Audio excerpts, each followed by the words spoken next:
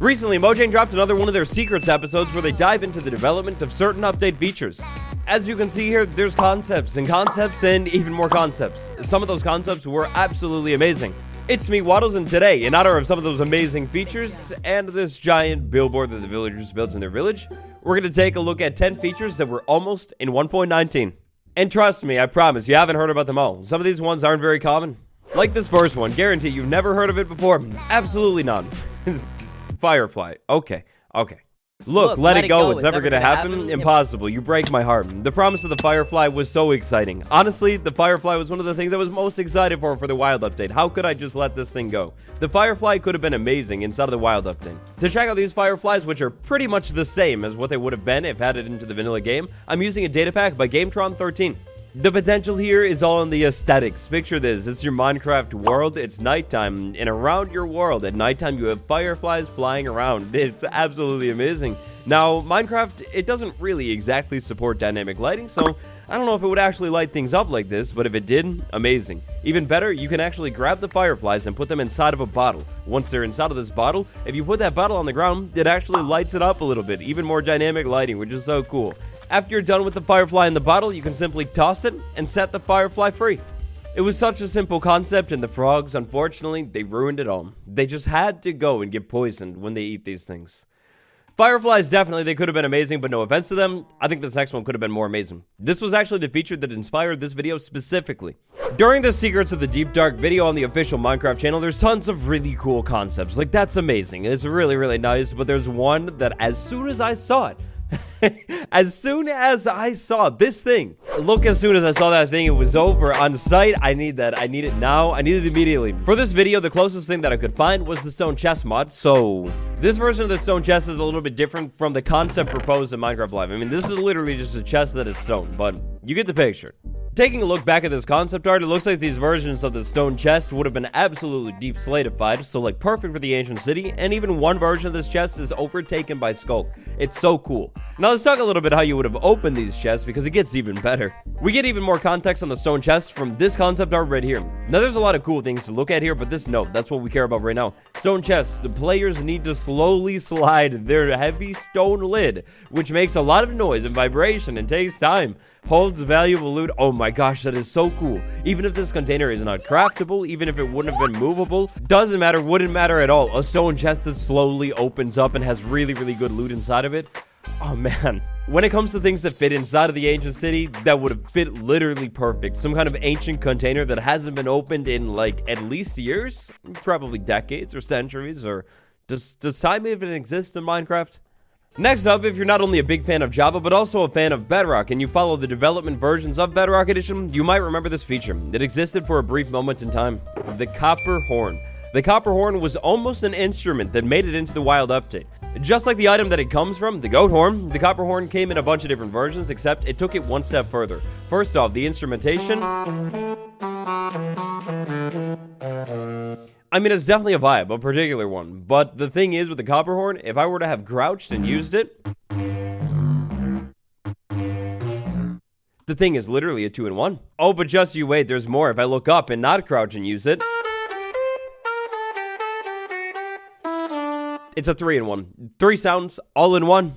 RD Rapid Hyperion, big shout out. This data pack is the perfect copper horn data pack. Now in the vanilla game we have 8 goat horns, which means 8 copper horns. This pack has 2 additional copper horns as well. You can craft these all in survival too, which is awesome. Originally the copper horn crafting recipe was going to look something like this right here. We have copper ingots and goat horn, of course, inside the crafting table. Data packs are a little bit different, so we'll throw that on the ground, throw those 3 on the ground as well, and then eventually, if it works, eventually we should get a copper horn.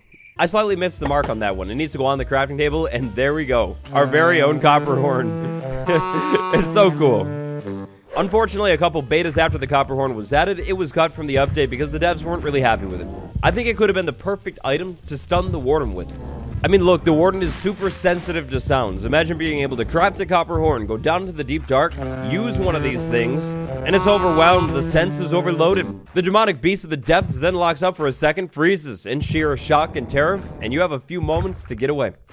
While we're done in the Deep Dark, let's just go ahead and talk about this next one, the Skulk Jaw. If you've been following the development of the Deep Dark biome since its conception way long ago, then you know about the Skulk Jaw a little bit.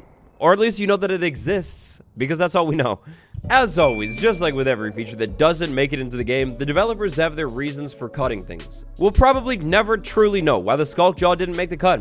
But maybe you know me, I like a good challenge. I think the Skulk Jaw had so much opportunity. So first off, look at the texture of this thing. This thing is literally the warden's chest. Second off, if you walk on the Skulk Jaw, well, nothing happens. I'm just using a resource pack.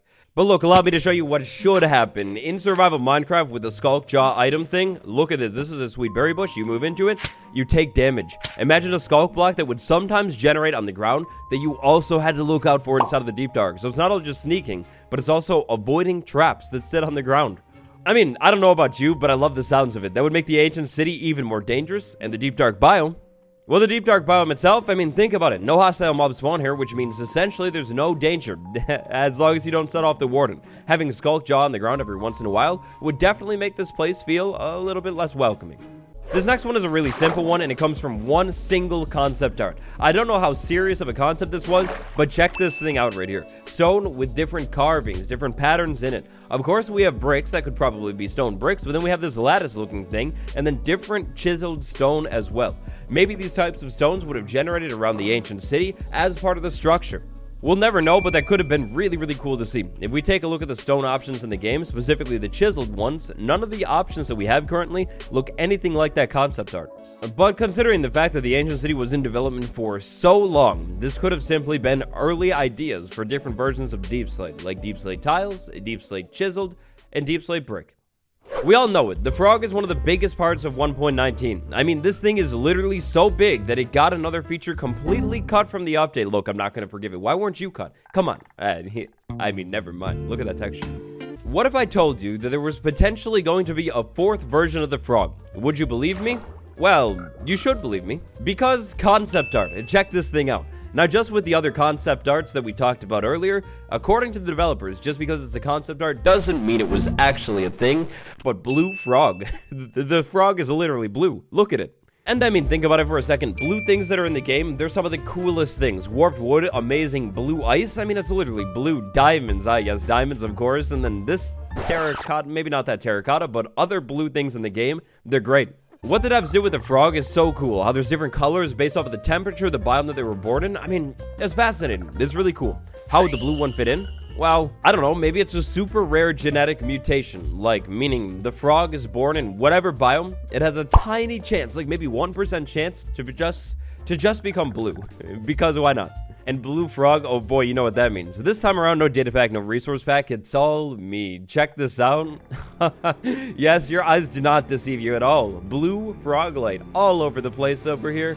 No, it's not just a blue filter on the frog lights that currently exist. No, this is blue frog light. Very cool. Very cool.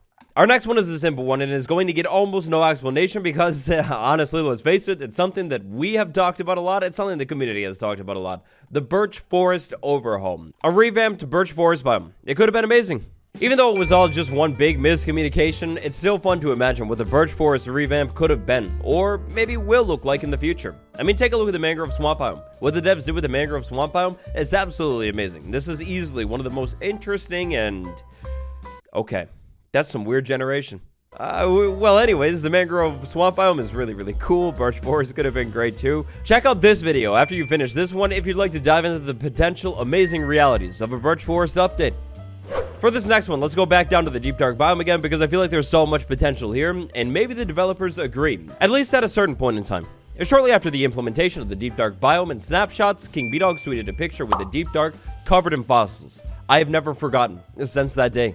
On that fateful day, the king himself made it very clear that this was just an idea. They were testing things out, seeing if it really fit, and unfortunately, it seems like it didn't exactly fit. I think it totally could have, though. Fossils generating more commonly inside of the Deep Dark biome. Look, this place is already terrifying. Let's make it more. I mean, look, think about it. It totally fits in with the lore of the Skulk and whatever's going on. The Skulk Catalyst is literally made out of bone. That is fact. The Skulk Shrieker, same thing. This is bone cutting out of the top. Not endstone or anything like that. Bone. Even though it is really cool to find in survival and explore, I can't help but feel that the Deep Dark biome is still a little bit empty. Fossils generating just a little bit more commonly inside of the Deep Dark biome. Could have been cool to see. Earlier on in today's video, we talked a little bit about the stone chest. Now, it is time to talk a little bit about the pot. Pot as in another concept art or two that they showed off during the Secrets of the Ancient City video. First off, these pots right here. The allure of a stone chest sliding open may have completely distracted you from these things. Look at them. The shaping of these things is fascinating. This definitely fits that Ancient City vibe. It's interesting. Pot H note. Screaming vases make a lot of noise and vibration when broken, but they can hold valuable loot. Is the risk worth it? Up to you. Here we see even more concepts for different types of containers that would hold a loot. Tons and tons of pots here with some kind of ghost looking thing coming out of them. Would have been so cool. And then even more cool, look at where these things are. They're up on top of the walls. In earlier versions of the Ancient City, it seems like the devs were toying with the idea of more parkour inside of these cities and more unique storage containers inside of the city too. Not only stone chests, but more unique storage containers in general, especially some kind of giant stone pot that holds things inside of the Ancient City. I mean, it would have been so cool. And look, I know archaeology isn't a thing quite yet. I think it's eventually going to be a thing, and when it is a thing, the pots inside of the Ancient City would fit in perfectly. The optimist in me likes to think that they intentionally left this one out of the update because they're going to add it later on alongside archaeology. The connections here are pure perfection. Inside of the Ancient City is the perfect pot. Inside of the archaeology dig site is a broken pot. Hopefully, whenever archaeology makes it into the game, the devs come back to the Ancient City and add some ancient pots sitting around the thing. Could be really cool. Ancient cities are big. They're one of the biggest, if not the biggest structure in the entire game. Inside of the supermassive structure, there's loot. Like so much loot. Because of how these structures generate, you might have to travel pretty far from home too to actually check this thing out. Once you're inside of the structure, you run around the thing, start collecting loot, and then sooner rather than later, you actually end up filling up your inventory with all the loot. Considering the fact that the Wild Update had specific unique items added to the game that are really cool on their own, but probably items that you're not going to really have a lot of, 1.19 was the perfect time. Like, literally, there was no time better than this update right here to add the bundle into Minecraft. Look, admittedly, I don't know if this was actually technically a cut 1.19 feature. It was announced for 1.17, delayed 1.18, you know, but let's just go with it, okay? Let's just go with it because it would have fit perfectly with the concept of the Ancient City. Not impressed by the bundle? Well, check this out. Inventory is very, very full with a bunch of random things. Maybe I like to keep everything. Like, I find every single thing and I want to bring it all home with me. Well, the bundle would have been the perfect option for the Ancient City. Here I have an icebox chest with a ton of random things. Like I said, I want to bring all these things home, but my inventory fills up so quickly. The bundle would have helped alleviate that huge time. With items like the Echo Shard and the Disc Fragment that were added in 1.19, I really felt that the bundle was kind of a no-brainer. It would have been perfect for exploring and fully looting ancient cities and maybe any other structures that you find along the way. I mean, after all, this thing is buried at the bottom of your world. To get to this thing, you're probably going to have to go through the caves, which are most likely, as long as you're taking things, probably going to fill up your inventory too. Yeah, I think I've proven my point with this one. I don't think I need to go on. This would have changed everything. What do you think about the bundle? Do you think it would have completely changed the game, or maybe not? How about the other features that we talked about in today's video? The stone chest? I mean, that one's pretty cool. Look, let me put it this way. If you could have one feature, just one that we talked about today, which one would you have? Let me know down below. Thank you all so much for watching today's list. I hope you enjoyed it. If you did, make a quick stop at the like button. Quick, simple, painless, easy. And also, while you're down there, if you're not subscribed, subscribe for more content just like this. I did not know that there was a chest that generates at the top of this castle. Oh, that's so cool. Well, anyways, that's all I have for you today. Thank you all so much again for watching. It's me, Waddles. I'll see you tomorrow. Goodbye, everyone.